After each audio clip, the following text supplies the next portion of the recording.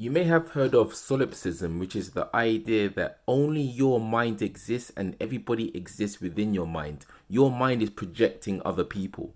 Now, you may have seen me say that all is one, that fundamentally the source of everything that can be perceived is the same thing. Thus, all is one, but just different expressions of that source. Now, is solipsism and what I'm saying, which is basically a non-dual perspective, is it any different? Yes, I'm going to demonstrate to you exactly why it's not true that everybody exists within your mind, that only your mind exists. Solipsism just isn't true. So I'm going to use my crystals as an example. So let's say this is your mind and these are other people's minds. Now, for solipsism to be true, all of these minds would have to be in your mind, right? They have to be in this because your mind is projecting, apparently, everybody else. Now, what is being missed here is not the fact that you could view your reality as everybody existing within your mind because you are perceiving from your mind, right?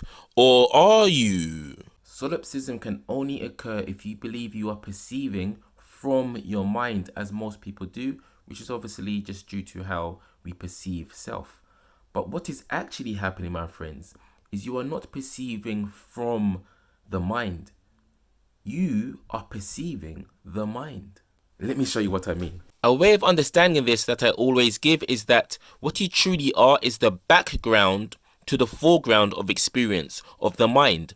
So let's say this board represents this awareness, this background, and these crystals represent experience, the mind. So you can see that these crystals, these minds, do not owe their existence to this mind. This mind could disappear, but these minds, these crystals, would still exist because of the awareness of them. The awareness has not gone.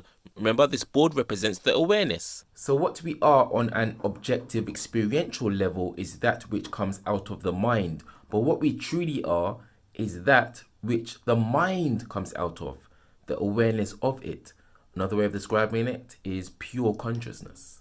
Now try and imagine this board that I showed you as being non-physical, because this non-physical awareness is the constant truth that allows for all physical experiences to exist. They depend upon it, yet it itself doesn't depend upon the experiences. As I showed you with the board, you might need to rewind the video. Now here is a real life example of me, the experience of me, my body, the foreground trying to melt into the background. Here I go, I'm melting, it's working. If I jump, maybe it'll work. Yeah, it's gonna work. Look at this, yeah, wiggle, strength, yeah, turn around. I can do this, I'm gonna melt into the background.